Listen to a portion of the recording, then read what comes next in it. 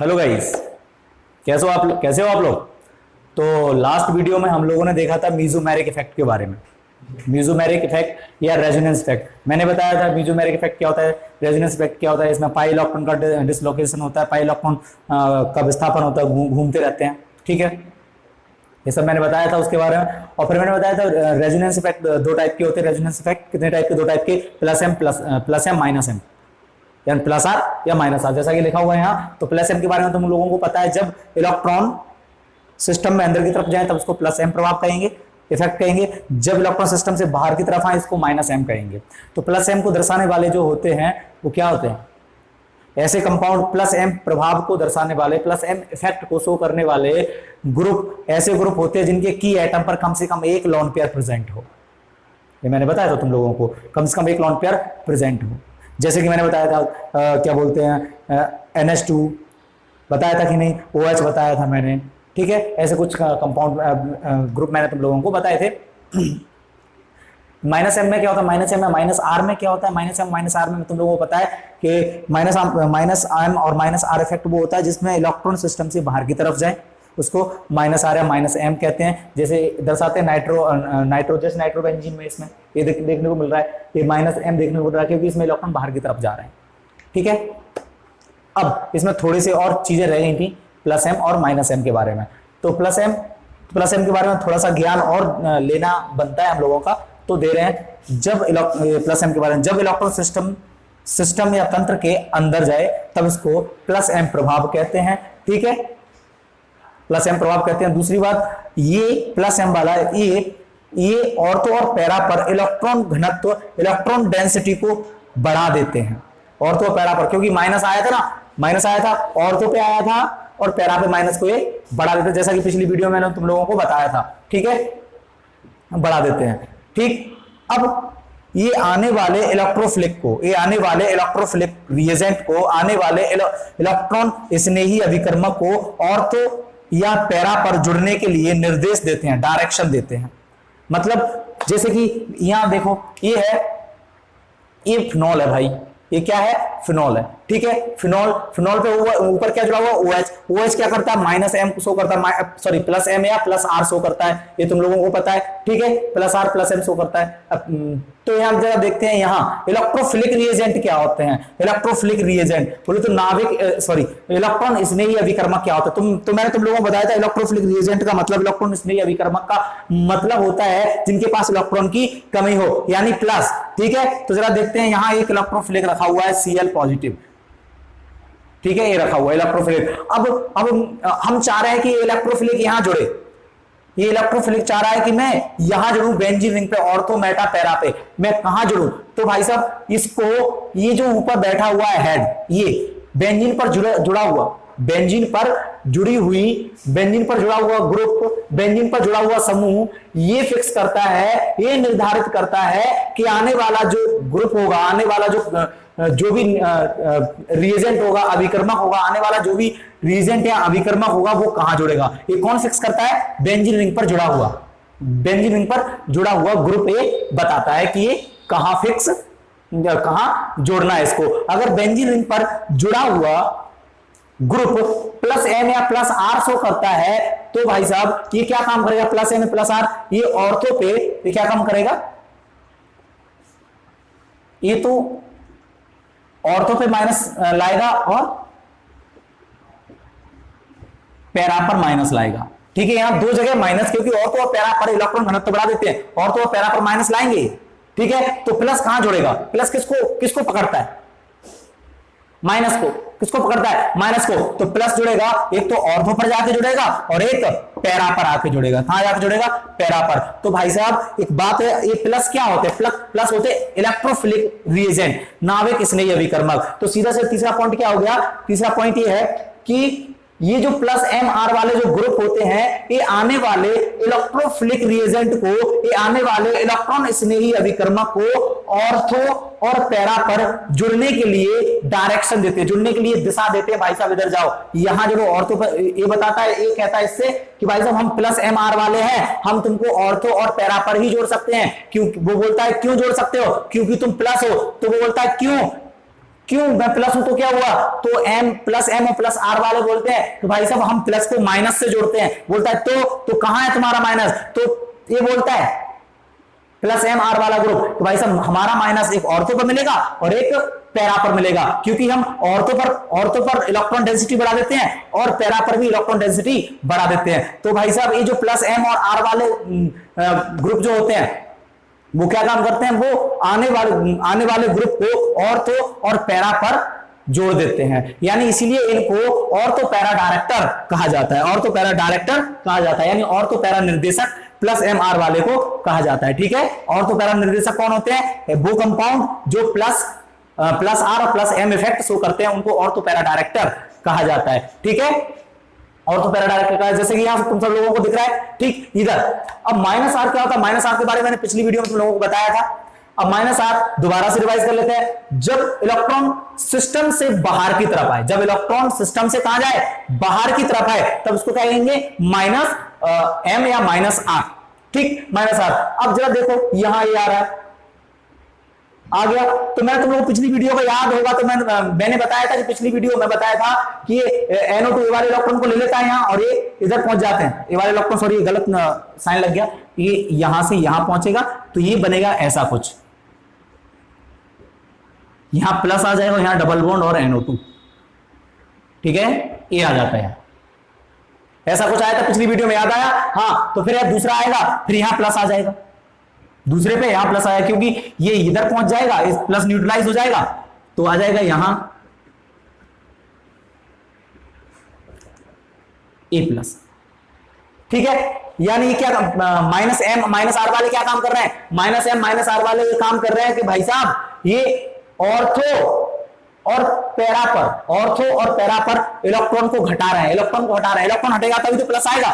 Minus R M वाले क्या कर रहे हैं, ऑर्थो और पैरा पर इलेक्ट्रॉन डेंसिटी को कम कर रहे हैं। ठीक है, ये ऑर्थो और पैरा पर इलेक्ट्रॉन डेंसिटी को घटाते हैं या फिर मेटा पर बढ़ाते हैं, क्योंकि इधर ये कम हो जाएंगे, इधर इलेक्ट्रॉन कम हो जाएंगे तो मेटा पर तो अपने आप बढ़ जाएंगे। मैंने चंगू मंगू का एग्जांपल दिया। ठीक है, मेटा पर अपने आप बढ़ जाएगा। तो ठीक है, तो अब दूसरा पॉइंट है, ये ऑर्थो और पैरा पर इलेक्ट्रॉन डेंसिटी यानी इलेक्ट्रॉन घनत्व को घटाते हैं। ये बात सही है, पिछली वीडियो में मैंने बताया था। अब है ये आने वाले इलेक्ट्रोफिलिक रिएजेंट को, बोले तो इलेक्ट्रोफिलिक रिएजेंट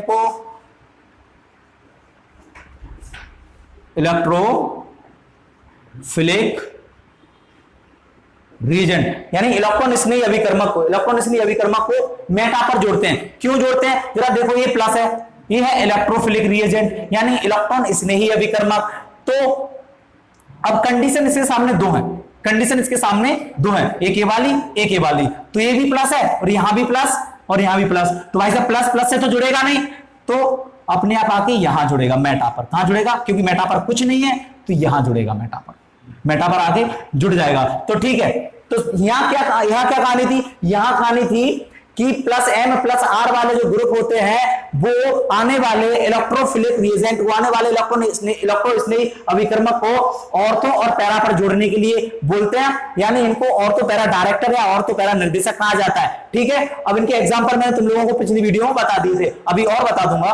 तो माइनस एम माइनस आर वाले क्या होते हैं, माइनस एम माइनस आर वाले होते हैं ये ऑर्थो और पैरा पर इलेक्ट्रॉन डेंसिटी को घटा देते हैं और ये आने वाले इलेक्ट्रोफिलिक रिएजेंट को, आने वाले इलेक्ट्रॉन स्नेही अभिकर्मक को मेटा पर जोड़ने के लिए बोलते हैं कि भाई साहब हमारे पास तो 2 प्लस हैं और तुम भी प्लस हो, हमारे पास कितने प्लस है, ऑर्थो पर भी प्लस है और पैरा पर भी प्लस है, तो भाई साहब तुम प्लस से तो जुड़ नहीं सकते। क्लोरीन पॉजिटिव बोलेगा, हाँ भाई मैं प्लस से तो जुड़ नहीं सकता हूं, तो बोलता है एक काम करो हमारे मेटा साइड पे चले जाओ, वहां ना तो प्लस है ना माइनस है, आप वहां जुड़ जाओ। तो भाई साहब ये माइनस एम माइनस आर वाले जो कंपाउंड होते हैं, माइनस एम और माइनस आर वाले जो ग्रुप होते हैं वो आने वाले इलेक्ट्रोफिलिक को, आने वाले नाभिक स्नेही को, सॉरी इलेक्ट्रॉन स्नेही को कहां जुड़वा देते हैं, वो जुड़वा देते हैं भाई साहब मेटा पर। कहां, मेटा पर। इसीलिए इनको मेटा डायरेक्टर भी कहा जाता है, यानी मेटा निर्देशक भी कहा जाता है। ओके, क्लियर, ठीक, स्क्रीनशॉट लो इसका। तो हम लोगों ने पढ़ा है कि ऑर्थो एंड पैरा डायरेक्टर क्या होते हैं, तुम लोगों को पता है प्लस एम वाले, इनको मैं दोबारा से तुमको एक्सप्लेन करने वाला हूं क्योंकि ये काफी ज्यादा इंपोर्टेंट है, इनके बिना कोई रिएक्शन समझ में नहीं आएगा। ओके, ठीक, तो ऑर्थो पैरा डायरेक्टर किसको कहते हैं? जो किसी कोई जैसे कि ये है, ये मैंने इस पर फिर से जोड़ दिया OH, ठीक, ये मैंने फिनॉल बना दिया, ये फिनॉल प्लस M वाला है, प्लस M वाला, ये सामने वाला जो इलेक्ट्रोफिलिक आएगा, माना कि X पॉजिटिव आएगा, जो भी है ये इलेक्ट्रोफिलिक, इलेक्ट्रॉन स्नेही, इलेक्ट्रोफिलिक का मीन क्या होता है? इलेक्ट्रॉन स्नेही मतलब इलेक्ट्रॉन की कमी वाला, यानी प्लस आएगा, प्लस आएगा तो प्लस बोलेगा भाई साहब बेंजीन से, बोलेगा बेंजीन भाई मैं कहां जोड़ू तुम पर, तो बेंजीन बोलेगा भाई साहब मेरा इसमें कोई रोल नहीं है, मेरे ऊपर जो जुड़ा हुआ है ग्रुप उसको देखो वो कहां जोड़ना चाहता है, तो भाई साहब इसके पास जाएगा, बोलेगा OH भाई साहब, हाइड्रोक्सी भाई साहब बताओ हम कहां जोड़े, तो हाइड्रोक्सी भाई साहब बोलेंगे भाई साहब हम प्लस M वाले हैं, हम आने वाले इलेक्ट्रोफिलिक को only para, ortho and para पर जोड़ सकते हैं। बोलेगा क्यों जोड़ सकते हो? वो बोलेगा क्योंकि आप प्लस हो और हम आपको माइनस से जोड़ेंगे। किसे जोड़ेंगे? माइनस से। तो जरा देखिए इसमें दो कंडीशन आती हैं, एक तो ए वाली कंडीशन, ये यहां माइनस शो करते हैं, और एक ए वाली कंडीशन, ये यहां माइनस शो करते हैं, ठीक है। तो ये दो जगह जुड़ेगा, एक यहां जुड़ेगा, यहां जुड़ सकता है और पैरा पर जुड़ सकता है, ठीक है। ये प्लस जो है इलेक्ट्रोफिलिक है, जो नाभिक स्नेही वो सॉरी इलेक्ट्रॉन स्नेही वो कहां जुड़ सकता है? पैरा पर, ठीक है। इसीलिए प्लस M वालों को ऑर्थो पैरा डायरेक्टर कहा जाता है। ऑर्थो पैरा डायरेक्टर कौन कौन होते हैं? प्लस M या प्लस R इफेक्ट वाले ग्रुप ऑर्थो पैरा डायरेक्टर होते हैं, ठीक है। एग्जांपल है ऑर्थो पैरा डायरेक्टर कौन कौन? ये होता है, ये अगर बेंजीन पर ये जुड़ा है तो भाई साहब बेंजीन पर जो सामने वाला जो ग्रुप आएगा वो ऑर्थो पैरा पर जुड़ेगा, OH group, NH2 group, OR group और हेलोजन ग्रुप और CH3 ग्रुप। ये आने वाले इलेक्ट्रॉन स्नेही को ये क्या काम करते हैं? आने वाले इलेक्ट्रॉन स्नेही को, इलेक्ट्रोफिलिक को कहां जोड़ते हैं? ऑर्थो और पैरा पर जोड़ते हैं। और सबसे इंपॉर्टेंट लाइन ये है भाई, सबसे इंपॉर्टेंट लाइन है ये कि ये प्लस M वाले ग्रुप बेंजीन रिंग को इलेक्ट्रॉन स्नेही प्रतिस्थापन क्रिया, बेंजीन रिंग को इलेक्ट्रॉन स्नेही प्रतिस्थापन क्रिया, इलेक्ट्रोफिलिक सब्स्टिट्यूशन रिएक्शन के लिए एक्टिव करते हैं। जरा देखते हैं अब इलेक्ट्रोफिलिक सब्स्टिट्यूशन क्या होता है। पहले तो इलेक्ट्रॉन स्नेही क्या? पॉजिटिव। अब प्रतिस्थापन, चलो मैं हिंदी में दोनों में लिख रहा हूं, इलेक्ट्रॉन स्नेही प्रतिस्थापन, यानी इलेक्ट्रोफिलिक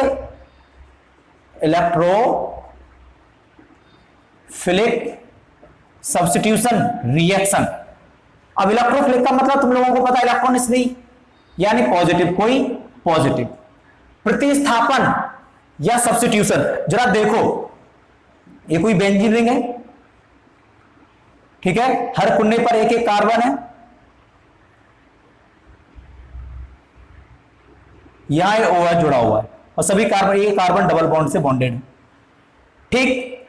अब यहां दो दो हाइड्रोजन है, तभी तो चार चार बैलेंसिंग, एक हाइड्रोजन है, सॉरी दो नहीं, एक एक हाइड्रोजन है, जबकि यहां ये जुड़ा हुआ है। क्लियर? यही होता है, ओके। अब इलेक्ट्रॉन स्नेही आएगा, X आएगा, X पॉजिटिव, इलेक्ट्रॉन स्नेही आएगा। अब इलेक्ट्रॉन स्नेही बोलेगा इसे मैं कहां जुड़ूं? ये बोलेगा भाई साहब या तो आप ऑर्थो पर जुड़ सकते हो या फिर पैरा पर। तो जरा देखना, ऑर्थो पर जुड़ा है, ऑर्थो पर जुड़ेगा तो कार्बन कितने बॉन्ड बना सकता है? ज्यादा ज्यादा 4, तो 4 बॉन्ड तो कार्बन के हैं, 2 ये, एक ये, एक ये। अगर इसको जुड़ना है तो यहां से एक बॉन्ड टूटना जरूरी है, तो एक काम करेगा, ये जाएगा और हाइड्रोजन को तोड़ देगा, हाइड्रोजन को क्या कर देगा? तोड़ देगा, और बन जाएगा ये कहानी।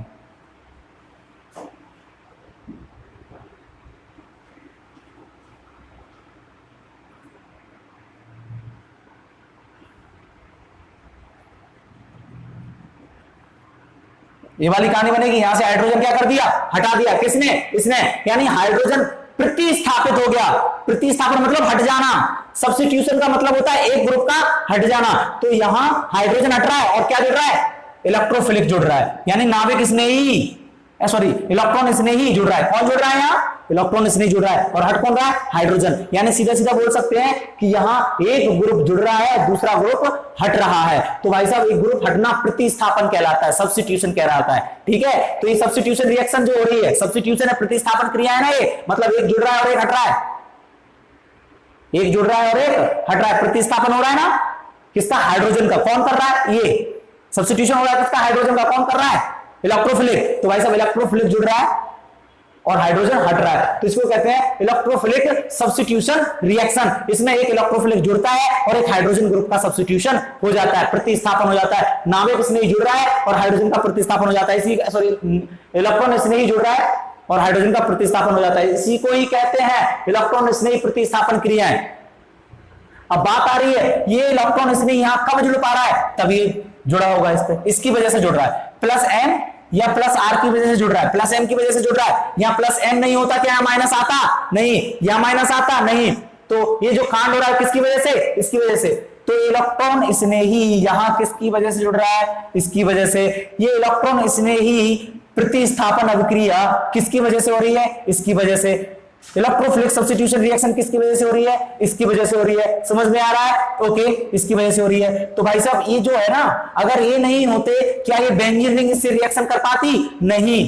क्यों, क्योंकि ये आया तो यहां माइनस आए तभी आके इलेक्ट्रॉन इलेक्ट्रोफिलिक इलेक्ट्रॉन इसने आके यहां जुड़े, यानी प्लस एम वाले जो होते हैं, प्लस एम ग्रुप वाले, एम प्लस एम इफेक्ट वाले जो ग्रुप होते हैं, वो एक बेंजीन रिंग को इलेक्ट्रोफिलिक सब्स्टिट्यूशन रिएक्शन के लिए, इलेक्ट्रॉन स्नेही प्रतिस्थापन अभिक्रिया के लिए, इलेक्ट्रोफिलिक सब्स्टिट्यूशन रिएक्शन के लिए, इलेक्ट्रॉन स्नेही प्रतिस्थापन अभिक्रिया के लिए सक्रिय करते हैं, एक्टिव करते हैं। समझ में आ गया होगा,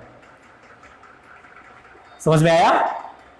इलेक्ट्रोफिलिक सब्स्टिट्यूशन रिएक्शन किसको कहते हैं, इसमें इलेक्ट्रोफिलिक सब्स्टिट्यूशन रिएक्शन किसको कहते हैं, जिसमें एक इलेक्ट्रोफिलिक द्वारा दूसरे ग्रुप का सब्स्टिट्यूशन हो जाए, सब्स्टिट्यूशन मीन हट जाए। तो इसमें एक इलेक्ट्रोफिलिक था, यानी पॉजिटिव एक इलेक्ट्रोफिलिक आया, इसने हाइड्रोजन को हटा दिया, तो इलेक्ट्रोफिलिक सब्स्टिट्यूशन हो रहा है ना। जी हाँ, किसकी वजह से हो रहा है, इसकी वजह से, बेंजीन रिंग पर जुड़े हुए OH ग्रुप की वजह से।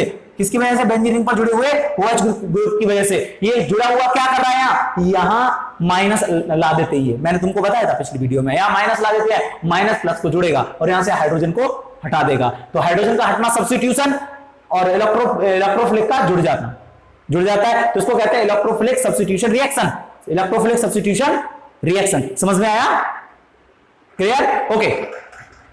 तो एक बेंजीन रिंग, इसके बिना क्या इलेक्ट्रॉन स्नेही से इलेक्ट्रोफिलिक से रिएक्शन कर सकती थी, नहीं। तो बेंजीन रिंग में क्या ये जुड़ सकता था, नहीं। लेकिन अभी ये इसकी वजह से जुड़ रहा है, यानी बेंजीन रिंग को एक्टिव कर दिया इसने, इससे जुड़ने के लिए, इलेक्ट्रोफिलिक से जुड़ने के लिए। जी हाँ, इसने बेंजीन रिंग को क्या कर दिया, एक्टिव। बेंजीन रिंग बोल रहा है कि भाई साहब तुम इलेक्ट्रोफिलिक से जुड़ो, और तो और पैरा पर।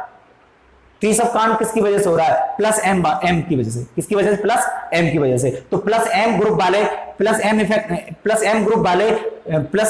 एम वाले जो ग्रुप होते हैं, प्लस एम वाले जो ग्रुप होते हैं, वो बेंजीन रिंग को इलेक्ट्रॉन स्नेही प्रतिस्थापन क्रिया, इलेक्ट्रोफिलिक सब्स्टिट्यूशन रिएक्शन के लिए एक्टिव करते हैं। ठीक है, डोंट वरी, इसको हम आगे भी बहुत पूरी तरीके से पढ़ेंगे, डिटेल में जाएंगे, रिएक्शन क्या होती है। ठीक, ये समझ में आ गया होगा। ये एक्टिव कर रही है तो इसका उल्टा तो ये होगा, ये एक्टिव कर रही है तो उल्टे होते हैं ना, ये डीएक्टिव करते हैं, डीएक्टिवेटर होते हैं, ये डीएक्टिवेट कर देते हैं। अब इसकी बात करते हैं, मेटा डायरेक्टर, मेटा निर्देशक, माइनस एम इफेक्ट वाले ग्रुप मेटा निर्देशक होते हैं, मेटा डायरेक्टर होते हैं। एग्जांपल ये तुम्हारे सामने रखे हुए हैं। अब यहाँ ये, अब इसकी मेथड, इसकी जो डेफिनेशन है उसको क्या बोलेंगे हम, ये मेटा डायरेक्टर, ये आने वाले इलेक्ट्रॉन स्नेही को, ये आने वाले इलेक्ट्रोफिलिक सब्स्टिट्यूशन को, ये आने वाले इलेक्ट्रोफिलिक को, इलेक्ट्रॉन स्नेही को मेटा पर जोड़ देते हैं। ठीक है, जैसा कि मैंने पिछले वीडियो में बताया था। अब तीसरा पॉइंट है, ये माइनस एम वाले ग्रुप इलेक्ट्रॉन स्नेही प्रतिस्थापन, माइनस एम वाले ग्रुप बेंजीन रिंग को इलेक्ट्रॉन स्नेही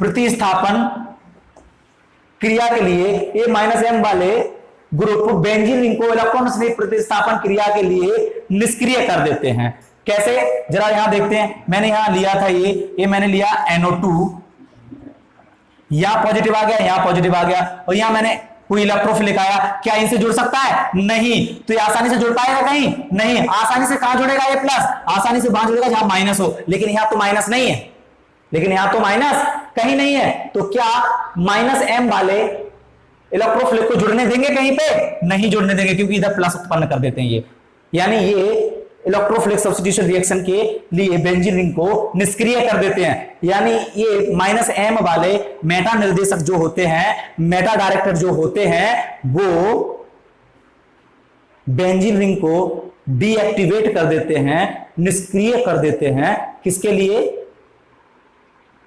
इलेक्ट्रोफिलिक सब्स्टिट्यूशन रिएक्शन के लिए, इलेक्ट्रॉन स्नेही प्रतिस्थापन अभिक्रिया के लिए। और जबकि ये एक्टिवेट कर देते हैं +M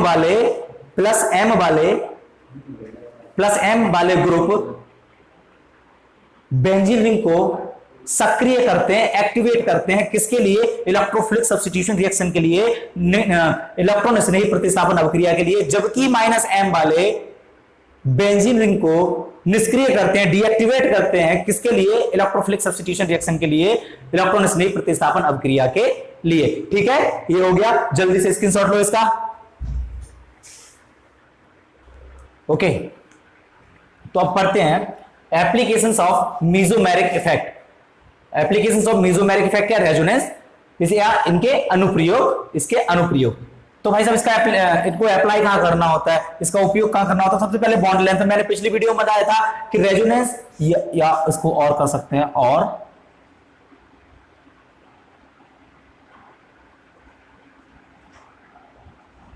रेजोनेंस, और क्या?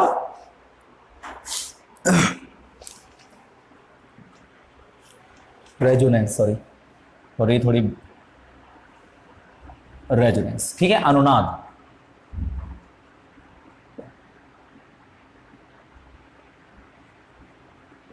अनुनाद, ठीक है। तो बंद लंबाई घट जाती है, ऐसा कि पहले वीडियो में मैंने तुम लोगों को बताया था। अब बेसिक स्ट्रेंथ क्या होती है जरा देखते हैं। इसको ए है एनिलीन, और ये एरोमेटिक एमीन है, एलिफेटिक एमीन है, मिथेनामीन है, और ये एनिलीन है। तो इनमें से ज्यादा बेसिक कौन है? तो ज्यादा बेसिक ए होगा। क्यों? मैंने कल बताया, मैंने लास्ट वीडियो में बताया था कि भाई साहब बेसिक स्ट्रेंथ कैसी देखी जाती है। बेसिक स्ट्रेंथ देखी जाती है या तो वो OH निकाले, या तो वो H एक्सेप्ट करे, H पॉजिटिव, या फिर लोन पेयर डोनेट करे। तो जरा देखते हैं। तो यहां ये है एनिलीन, ये हमारा क्या है? एनिलीन, और एनिलीन पे ऐसे जुड़ा होता है ये। ठीक है, जरा देखो एनिलीन पर एक लोन पेयर है, ये लोन पेयर इधर आ जाएगा, ये इधर आ जाएगा, ये इधर आ जाएगा, और ये इधर आ जाएगा। ऐसे ऐसे इसका लोन पेयर इसके रेजोनेंस में बोले तो अनुनाद में शामिल हो जाएगा। जी हाँ, इसका लोन पेयर बेंजीन पर जुड़ा हुआ जो NH2 ग्रुप है, उसका लोन पेयर किस में शामिल हो जाता है? रेजोनेंस में। तो भाई साहब इसके पास लोन पेयर बचता नहीं है डोनेट करने के लिए, क्योंकि इसने लोन पेयर किसको दे दिया? बेंजीन को। बेंजीन को क्या दे दिया? Lone pair. किसको? बेंजीन को दे दिया। अब इसके पास लोन पेयर, बेंजीन को लोन पेयर दे दिया, तो इसके पास लोन पेयर बचा नहीं, तो दान क्या करेगा? घंटा कुछ नहीं करेगा, दान कुछ नहीं करेगा, क्योंकि इसके पास है ही नहीं कुछ यार, देने को कुछ नहीं है। अब यहां जरा देखो, क्या इसमें अनुनाद होगा? नहीं होगा, इसमें कोई अनुनाद नहीं है। तो इसके पास जरा देखते हैं CH3 NH2, इसमें कोई रेजोनेंस नहीं है, इसमें कोई अनुनाद नहीं है। इसका लोन पेयर इसी के पास ही रहेगा, तो ये आसानी से डोनेट कर सकता है। तो इन दोनों में से आसानी से लोन पेयर डोनेट कौन कर सकता है? ये कर सकता है भाई साहब। तो जो आसानी से लोन पेयर डोनेट कर सकता है वो ज्यादा बेसिक होगा, वो ज्यादा क्षारीय होगा। तो एनिलीन क्यों कम क्षारीय है, क्यों कम बेसिक है? क्योंकि एनिलीन में जो बेंजीन जुड़ा हुआ है, पहले तो वो -I इफेक्ट दर्शाता है, दूसरी बात उसमें रेजोनेंस है, वो इलेक्ट्रॉन को खींच लेता है इसके। तो इसके पास लोन पेयर बचते नहीं है, तो डोनेट नहीं कर पाएगा। डोनेट नहीं कर पाएगा तो बेसिसिटी घट जाएगी, क्षारीयता घट जाएगी। तो सीधा सीधा ए पॉइंट है। ठीक है, अब यहां पहला देखना है बेसिसिटी। अब मैंने तो पहला वाला मुद्दा बताया था, अब इसका मुद्दा क्या है? रेजोनेंस। तो basic strength directly proportional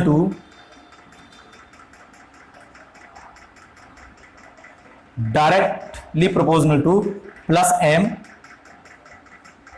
+I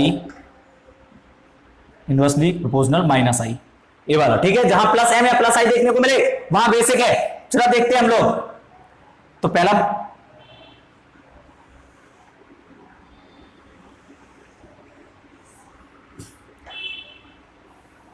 ये मैंने दोबारा से एनिलीन बना दिया, और फिर मैं वही दोबारा पहले बनाया था NH2। ठीक, अब मैंने एक और मैंने दे दिया तुमको CH3NH2।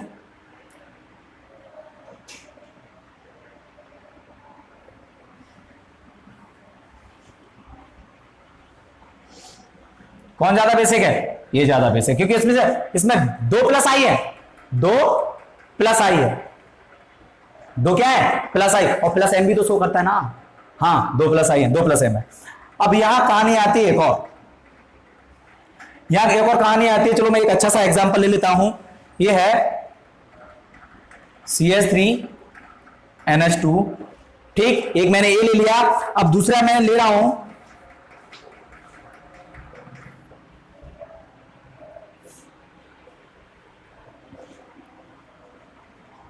NH2CO NH2, NH2CO NH2, ठीक है। अब मैं तीसरा ले रहा हूं CH3 एमाइड ले लिया मैंने। ये यूरिया का फॉर्मूला है, यूरिया का फॉर्मूला है, यूरिया का है इधर, ये है एमाइड, ओके एमाइड। अब मैं इनमें से तुम मुझसे क्वेश्चन करो, इनमें से कौन ज्यादा बेसिक है? तो सिंपल है, इसमें रेजोनेंस मेसोमेरिक इफेक्ट देखना पड़ेगा। तो मेसोमेरिक इफेक्ट कहां देखे जा सकते हैं? तो मैंने बताया था alternation of double bond, double bond का एकांतरक्रम एक के बाद एक। जरा देखते इसमें है क्या? नहीं है यार। तो दूसरा, अगर डबल बॉन्ड के अल्टरनेशन में लॉन पेयर होना हो, अगर डबल बॉन्ड के अल्टरनेशन में क्या हो, लॉन पेयर, तो उसमें रेजोनेंस देखने को मिल जाएगा। जरा देखते हैं, इसका लॉन पेयर है और ये डबल बॉन्ड और लॉन पेयर है, इसमें रेजोनेंस होगा। डबल बॉन्ड और लॉन पेयर, इसमें भी रेजोनेंस होगा, लेकिन इसमें रेजोनेंस नहीं होगा। तो बेसिकसिटी जरा देखते हैं हम लोग। तो बेसिकसिटी, क्षारीयता कैसी देखी जाती है? जो लॉन पेयर डोनेट कर सके। तो यहां देखते हैं हम लोग, इसमें कोई रेजोनेंस नहीं है, इसमें कोई रेजोनेंस नहीं है, तो ये आसानी से अपने लॉन पेयर डोनेट कर सकता है, ठीक है। जबकि यहां देखते हैं हम लोग, ए यहां आ जाएगा और ये यहां पहुंच जाएगा। तो स्ट्रक्चर कैसा बनेगा? CH3 डबल बॉन्ड NH2, यानी इस पे पॉजिटिव और इस पे नेगेटिव।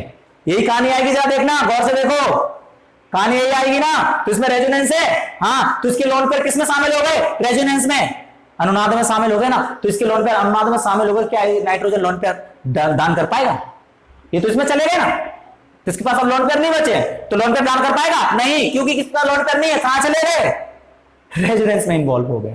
कहां इन्वॉल्व हो गए? रेजोनेंस में इन्वॉल्व हो गए। तो ठीक है, तो ये लोन पेयर आसानी से डोनेट नहीं कर सकता। जरा इसको देखते हैं, ये यहां जाएगा, ये यहां पहुंच जाएगा। तो कहानी क्या बनेगी? कहानी बनेगी NH2, इसका लोन पेयर तो सुरक्षित रखा हुआ है, नेगेटिव डबल बॉन्ड NH2। तो जरा देखो इसमें इस वाले NH2 के, इस वाले नाइट्रोजन के लोन पेयर किसमें शामिल हो रहा है? रेजोनेंस में। तो इसके पास तो लोन पेयर बचा ही नहीं है, तो ये वाला नाइट्रोजन तो लोन पेयर देगा नहीं, लेकिन इसमें एक और के पास तो बचा है, ये तो आसानी से दे देगा ना, ठीक है, ये तो आसानी से दे देगा। तो ठीक है, सबसे ज्यादा क्षारीय होगा ए वाला, फिर ए वाला, फिर वो।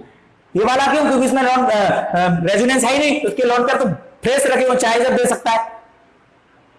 और ये वाला सबसे कम क्यों है? क्योंकि इसके पास लोन पेयर थे तो, लेकिन कहां चले गए? रेजोनेंस में। अब रेजोनेंस में इसके लोन पेयर चले गए, अब कहीं और कहीं लोन पेयर दिखते हैं क्या? नहीं, तो लोन पेयर डोनेट नहीं कर पाएगा। तो बोलेंगे सर लोन रेजोनेंस तो इसमें भी है। हाँ भाई, रेजोनेंस इसमें भी हो रहा है, लेकिन लोन पेयर बचे तो हैं। ये देखो लोन पेयर बचे है ना, तो ये दान कर सकता है। तो ये सबसे ज्यादा बेसिक होगा, क्योंकि इसमें कोई रेजोनेंस नहीं है। ये बेसिक होगा थोड़ा कम, लेकिन ये बिल्कुल बहुत कम बेसिक होगा। क्यों? क्योंकि इसके लोन पेयर इसमें डोनेट, इसमें इन्वॉल्व हो गया, तो ये लोन पेयर डोनेट नहीं कर सकता, जबकि ये थोड़ा कर सकता है और ये पूरी तरीके से कर सकता है। तो ये था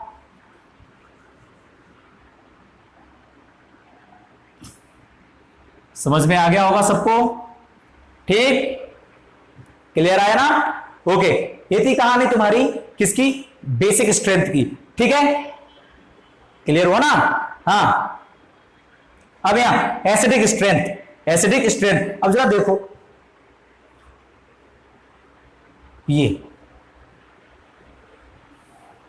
ये ज्यादा एसिडिक होता है, ये कम। ये फिनॉल है, ये एसिटिक एसिड है, ये तो एसिड ही होगा ना, हाँ, ये कम होगा। तो जरा देखते हैं एसिड क्या होते हैं जो हाइड्रोजन पॉजिटिव दे, क्या दे, हाइड्रोजन पॉजिटिव। दूसरी बात देखो, मैंने तुमको पिछली वीडियो में शायद तुमको वीडियो में वो क्लास में मैंने तुम लोगों को बताया था, शायद तुमको याद हो, जब हम लोग पढ़ रहे थे क्या बोलते हैं आयनिक इक्विलिब्रियम, तब मैंने बताया था, एक थ्योरी बताई थी एसिड बेस थ्योरी, तो जिसमें हम लोगों ने काफी एसिड और बेस पे बात की थी। तो इसी टाइम पे मैंने बताया था कि एसिड वो होते हैं जो हाइड्रोजन दे, हाइड्रोजन पॉजिटिव दे, और जो जितनी जल्दी हाइड्रोजन पॉजिटिव देगा वो उतना ही स्ट्रॉन्ग एसिड होगा, उतना ही प्रबल अम्ल होगा, जो मैंने बताया था। ठीक है, अब बात आ रही है वो क्यों, आखिरकार क्यों कोई एसिड जल्दी हाइड्रोजन देता है, आखिरकार कोई एसिड क्यों जल्दी हाइड्रोजन देता है। पहला मुद्दा, पहली बात क्या थी कि एसिड वो होते हैं जो हाइड्रोजन आयन दे, ठीक है। दूसरी बात थी कि जो जितनी जल्दी हाइड्रोजन आयन देगा वो उतना ही स्ट्रॉन्ग एसिड होगा, उतना ही प्रबल अम्ल होगा, ठीक है। अब तीसरा मुद्दा क्या उखड़ के आया है कि आखिरकार कोई एसिड हाइड्रोजन आयन देता क्यों है, वो एसिड चाहता क्या है, वो एसिड चाहता क्या, आखिरकार वो हाइड्रोजन आयन देता क्यों है। दूसरा मुद्दा ये है, ये मुद्दा ये है आज का नहीं अभी का। तो चलो देखते हैं क्यों। तो भाई साहब मैं तुमसे एक बात पूछना चाह रहा हूं कि हम लोग पढ़ते क्यों हैं, आखिरकार हम लोग चाहते क्यों कि जल्दी से जल्दी हमारी नौकरी लग जाए, स्टेबल होने के लिए, स्थायी होने के लिए। स्थायी होने का मतलब क्या है, बीवी बच्चे सब सुख संपन्न, समझ रहे हो ना, गाड़ी बंगला सब कुछ होना चाहिए, घर गृहस्थी अच्छे से चले, हाँ, यानी स्थायी होने के लिए हम लोग पढ़ते हैं, क्योंकि हमारी नौकरी लग जाएगी तो अच्छी बीवी मिलेगी, अच्छी बीवी मिलेगी तो पैसे आएंगे, हम स्टेबल हो जाएंगे, स्थायी हो जाएंगे, सेटल हो जाएंगे। तो हम इतनी मेहनत क्यों करते हैं, सेटल होने के लिए, स्थायी होने के लिए। तो ऐसे ही एसिड भी हाइड्रोजन रिलीज करता है, किसके लिए, स्टेबल होने के लिए, स्थायी होने के लिए, क्योंकि दुनिया में हर कोई चाहता है कि मैं स्थायी रहूं, हर कोई चाहता है कि मैं सेटल रहूं। तुम भी चाह रहे हो, मैं भी चाह रहा हूं, समझ रहे हो ना, हाँ। तो एसिड भी चाहता है कि मैं सेटल हो जाऊं। तो एसिड कैसे सेटल होता है, हाइड्रोजन आयन देके। तो हाइड्रोजन आयन देके होता क्या, जरा देखते हैं हम लोग।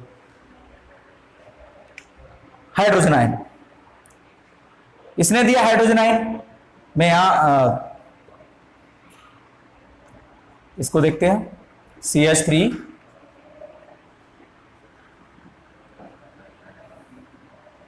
ठीक,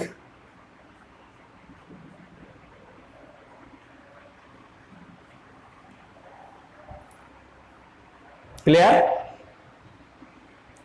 ये ज्यादा एसिडिक है, तो ये यहां पहुंच जाएगा और इसका ये यहां आ जाएगा, तो कहानी बनेगी ये वाली, निगेटिव डबल बॉन्ड O, और यहां से ये हाइड्रोजन आयन रिलीज कर देगा, सॉरी चलो मैं दोबारा, ये इसने क्या किया, हाइड्रोजन आयन रिलीज किया, CH3 रिलीज कर दिया, ठीक, इसने भी हाइड्रोजन आयन रिलीज कर दिया, फिनॉक्साइड आयन बन गया, ठीक है। अभी इसमें होगा रेजोनेंस, इसमें क्या होगा, इसमें भी रेजोनेंस होगा, तो ए भी स्टेबल हो जाएगा और ए भी स्टेबल हो जाएगा, ठीक है, ठीक।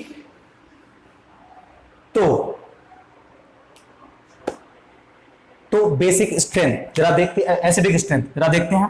यहां एक सिंपल फंडा है एसिडिक स्ट्रेंथ का, acidic strength directly proportional to -m -I, ये वाला फंडा याद रखना है एसिडिक स्ट्रेंथ का, अम्लीयता का, ठीक है। जैसे कि मैं यहां तुम लोगों को बात कर देता हूं, ये है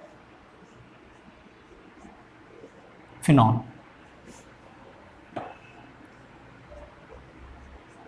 और ये है नाइट्रोफिनॉल, सॉरी NO2, और ए है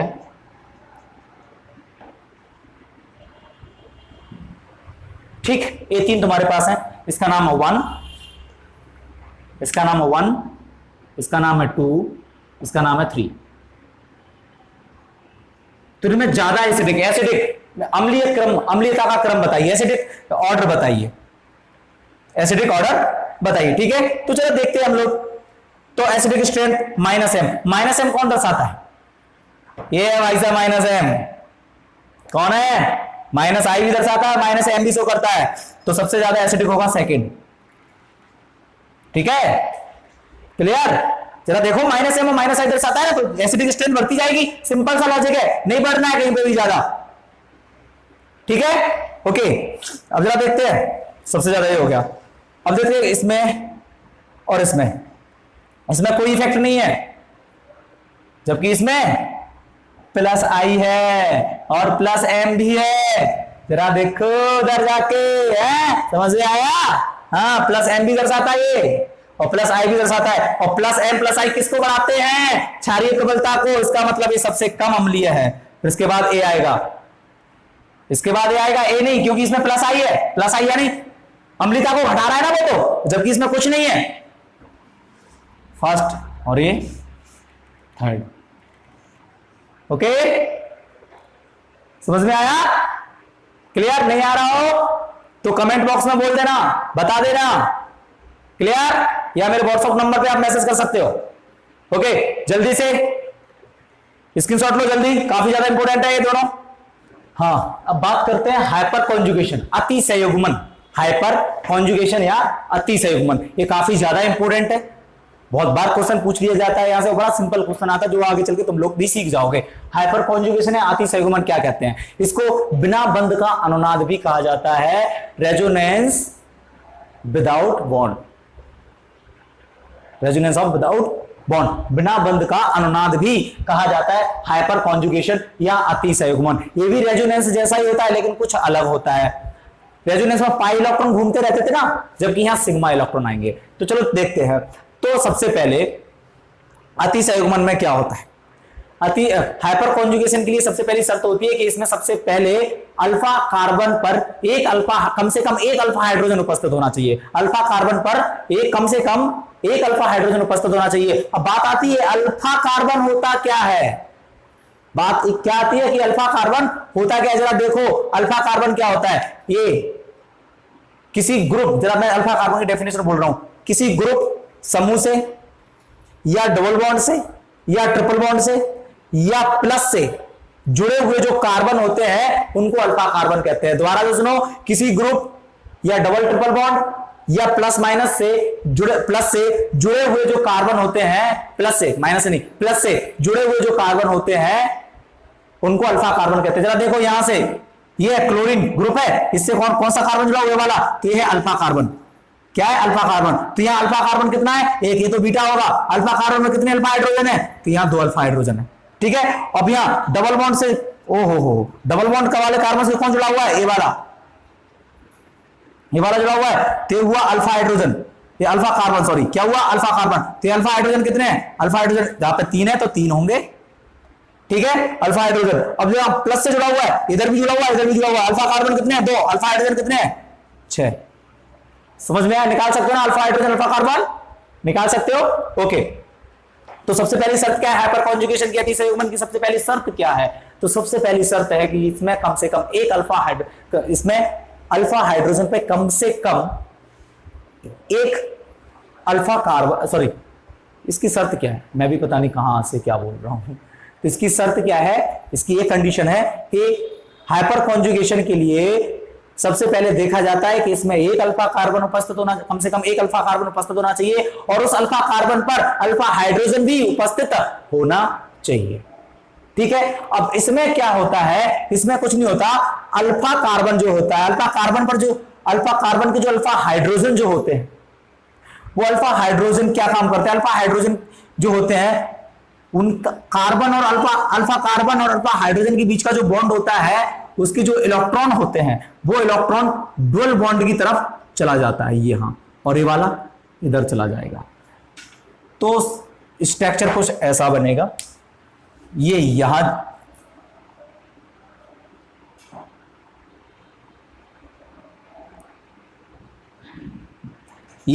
गया तो यहां सिंगल बचा, CH2 ये वाला जाएगा तो इसमें माइनस आ गया, समझ पा रहे हो? माइनस आ गया। ठीक है, और ये वाला बॉन्ड इधर आ गया तो ये डबल बन गया, और हाइड्रोजन पे पॉजिटिव, ये लटका रहा, ये कहीं नहीं जाएगा, ऐसा ही रहेगा, भागेगा नहीं, ऐसा ही रहेगा।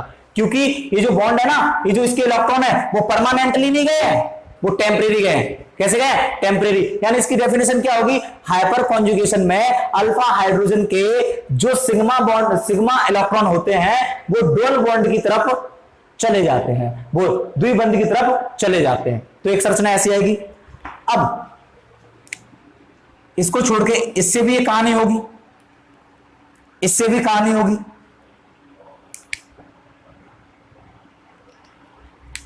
इससे भी कहानी होगी। इस पे पॉजिटिव आएगा,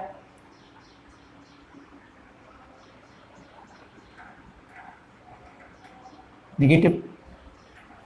ये कहानी होगी। अब एक और कहानी होगी इसकी वाली।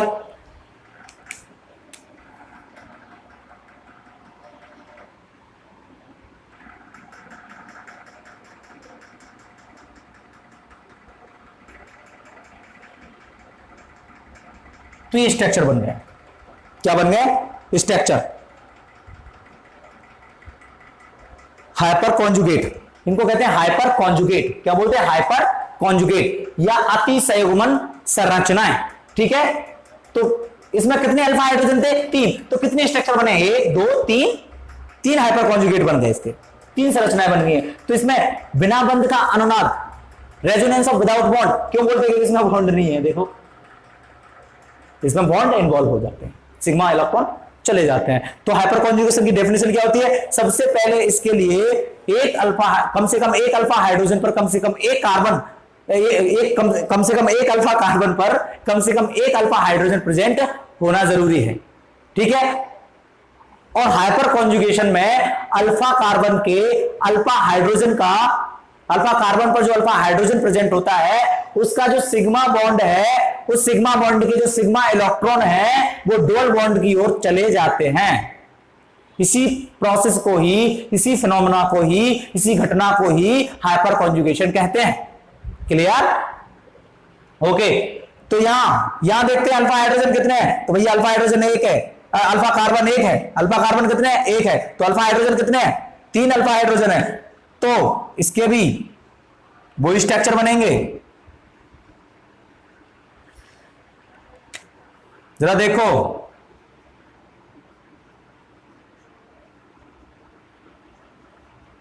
इसका पॉजिटिव चला गया, क्योंकि यहां इलेक्ट्रॉन आ गया तो उसका पॉजिटिव नहीं जाएगा। इसका पॉजिटिव चला गया और यहां ये पॉजिटिव यहां आ गया। ठीक है, एक और।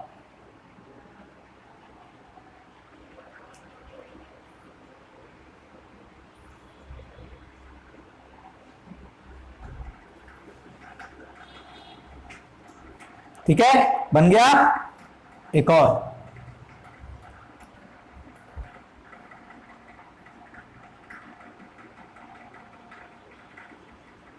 बन गया। ठीक, ये है हाइपर कॉन्जुगेशन। ये क्या है? Hyper conjugation. और जो स्ट्रक्चर बन रहा है तो सबसे पहले इसको प्यार से समझना है, पूरी तरीके से, मतलब समझ रहे हो ना बारीकली, कि बारीक को समझने में है क्या? सिंपल है। इसके लिए कंपाउंड में या कार्बन चेन में कम से कम एक अल्फा हाइड्रोजन प्रेजेंट होना चाहिए, और जिस पर कम से कम एक अल्फा हाइड्रोजन उपस्थित होना चाहिए। ज्यादा भी कितने हो सकते हैं, लेकिन कम से कम एक अल्फा हाइड्रोजन प्रेजेंट होना चाहिए।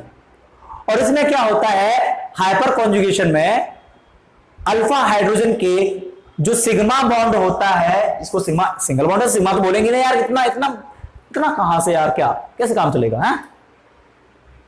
हाँ समझ रहे हो, सिग्मा सिंगल है तो सिग्मा ही रहेगा ना। तो अल्फा हाइड्रोजन के जो सिग्मा बॉन्ड के जो सिग्मा इलेक्ट्रॉन होते हैं वो डबल बॉन्ड की तरफ चले जाते हैं। ठीक है, डबल बॉन्ड की तरफ चले जाते हैं। इसी प्रोसेस को ही हाइपर कॉन्जुगेशन कहते हैं, अतिसंयुग्मन कहते हैं भैया। आ गया समझ में? ठीक है, जल्दी से स्क्रीनशॉट लो और डेफिनेशन को लिखना है, बहुत ही ज्यादा इंपॉर्टेंट है, जल्दी से। हाँ, तो बात करते हैं हाइपर कॉन्जुगेशन। तुम लोगों ने देख लिया, सिंपल था। अब सबसे इंपॉर्टेंट मुद्दा आता है, कहां से क्वेश्चन आता है? तो क्वेश्चन आता है एप्लीकेशन से, बोले तो अनुप्रयोग से। एप्लीकेशंस ऑफ हाइपर कॉन्जुगेशन, अतिसंयुग्मन का अनुप्रयोग। तो सबसे पहला stability of alkenes. Stability of alkenes मतलब एल्कीन का स्थायित्व। चलो मैं लिख देता हूं, एल्कीन का स्थायित्व। एल्कीन का क्या स्थायित्व, एल्कीन का स्थायित्व देखना है। तो सबसे पहले लिखा हुआ है stability of alkene directly proportional, बोलो समानुपाती, directly proportional to number of alpha hydrogen. यानी एल्कीन का स्थायित्व किस पर डिपेंड करता है? अल्फा हाइड्रोजन पे। अल्फा हाइड्रोजन जितने ज्यादा होंगे एल्कीन उतनी ही ज्यादा स्थायी होगी, एल्कीन उतनी ही ज्यादा स्थायी होगी।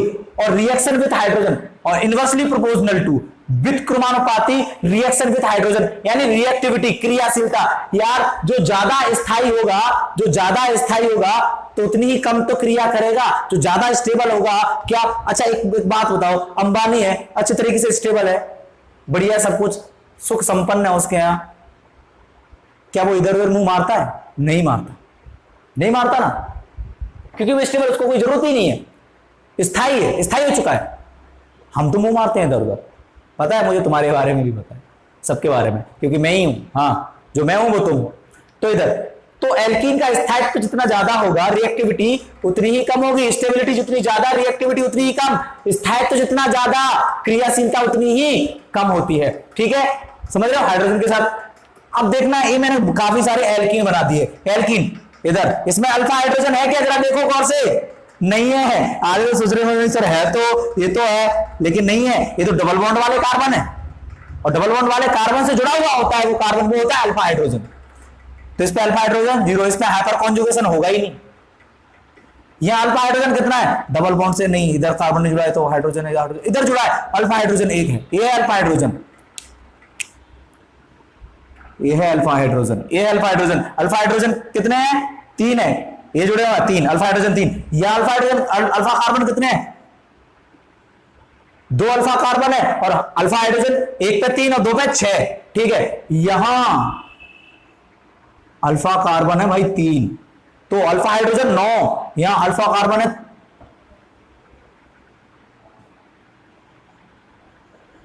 4 अल्फा कार्बन है यहां, तो 12 अल्फा हाइड्रोजन है। तो सीधा सीधा देखा गया है कि अल्फा हाइड्रोजन, सॉरी सीधा सीधा अल्फा हाइड्रोजन कैसे निकालते हैं? ये है, इसमें तो अल्फा हाइड्रोजन है नहीं। तो स्टेबिलिटी इनमें, अब मैं इनमें से पूछूं कि भाई साहब इन जो 4-5 एल्कीन तुम्हारे सामने, एल्कीन ही तो है एल्कीन, जो 4-5 एल्कीन तुम्हारे सामने दे रखी है उनमें से ज्यादा स्टेबल कौन है? तो ऊपर नजर मारेंगे कि स्टेबिलिटी ऑफ एल्कीन, यानी एल्कीन का स्थायित्व समानुपाती, डायरेक्टली प्रोपोर्शनल टू किसके? Number of alpha hydrogen, alpha hydrogen की संख्या के। तो अल्फा हाइड्रोजन कहां, जहां अल्फा हाइड्रोजन ज्यादा होंगे उसकी स्टेबिलिटी भी ज्यादा होगी। तो अल्फा हाइड्रोजन कहां जाता है? 12। तो ये स्टेबिलिटी ऑर्डर, चेक कर लो, चेक कर लो, हो गया? हाँ इधर अब रिएक्टिविटी ऑर्डर, चलो मैं इसका A B C D E, इनको मैंने इनका नॉमेनक्लेचर कर दिया, नामांकन कर दिया। अब ये एक इसका स्टेबिलिटी, ये ज्यादा स्थायी हो जाएगा, ये थोड़ा कम है, ये थोड़ा कम है, ये और कम है, ये और कम है, तो ये कम स्थायी है, ये कम स्टेबल है, और जबकि ये ज्यादा स्टेबल है, ये कम स्टेबल है, ये ज्यादा स्टेबल है। अब एक बात बताओ, इधर उधर मुंह कौन मारेगा, इधर उधर रिएक्शन कौन करेगा? तुम बोलेंगे सर कम स्थायी, कम स्टेबल, तो कौन? भाई साहब ये इधर उधर मुंह मारेगा, क्योंकि स्थायी नहीं है, स्टेबल नहीं है, जबकि ये स्टेबल है, ये इधर उधर मुंह नहीं मारेगा। तो मैं बोलूंगा हाइड्रोजन के साथ रिएक्शन कौन करेगा? बोलेंगे ये नहीं करेगा, क्योंकि ये स्टेबल है, ये रिएक्शन करेगा, जबकि ये नहीं करेगा। क्यों रिएक्शन क्यों करेगा? अरे रिएक्शन जरूरी नहीं है हाइड्रोजन के साथ ही हो, किसी के भी साथ हो सकती है। तो रिएक्शन कौन करेगा इनमें से? तो रिएक्शन वो करेगा जो स्थायी नहीं है, स्टेबल नहीं है, तो इनमें से, और जो स्टेबल होगा वो रिएक्शन नहीं करेगा, जो स्टेबल होता है वो रिएक्शन नहीं करता है, क्योंकि स्टेबल हो चुका है, उसको कोई जरूरत नहीं है किसी काम करने की।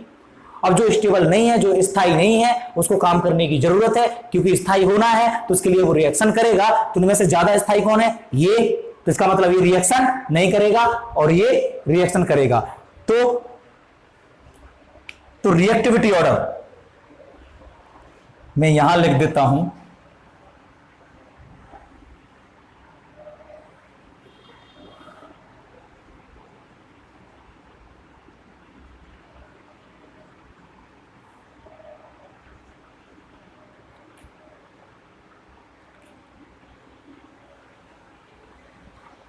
क्रियाशीलता क्रम, एल्कीन में क्रियाशीलता क्रम तो है सबसे कम E, फिर डी, फिर सी, फिर बी, फिर ए।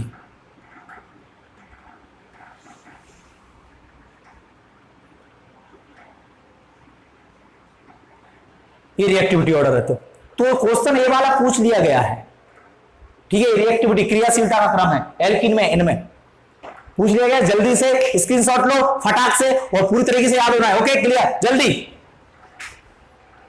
क्योंकि पैसे ही नहीं है, गरीब हो गए। लेकिन मंगू अभी भी उतना ही पैसे वाला था जितना पहले था, समझ रहे हो। तो इसने कुछ नहीं किया, लेकिन इसके पैसे सब बिल्कुल खत्म हो गए, ये गरीब हो गए। और ये अब ये कुछ नहीं, अभी ये तो पहले जैसा अमीर है। तो अब बाहर से कोई आदमी आता है, अब देखेगा इनमें से कौन अमीर और गरीब है। तो पैसा डूबने के बाद तो गरीब हो गए, तो सामने वाला क्या बोलेगा, ये दोनों गरीब है और ये अमीर है। तो ऐसी ही कहानी है भाई साहब, यहां से इलेक्ट्रॉन और यहां से इलेक्ट्रॉन तो चले गए, लेकिन यहां इलेक्ट्रॉन अपने आप बड़े हुए, इलेक्ट्रॉन अपने आप बड़े हुए। तो सीधा सीधा क्या है, सीधा सीधा ये है कि ये ऑर्थो और पैरा पर इलेक्ट्रॉन घनत्व घटा देते हैं, लेकिन या फिर करके कर सकते हैं, या मेटा पर इलेक्ट्रॉन घनत्व डेंसिटी, इलेक्ट्रॉन घनत्व डेंसिटी बढ़ा देते हैं, ठीक है। अब यहां हो गया, ओके, स्क्रीनशॉट ले सकते हो इसका भी, बहुत ही ज्यादा इंपॉर्टेंट है।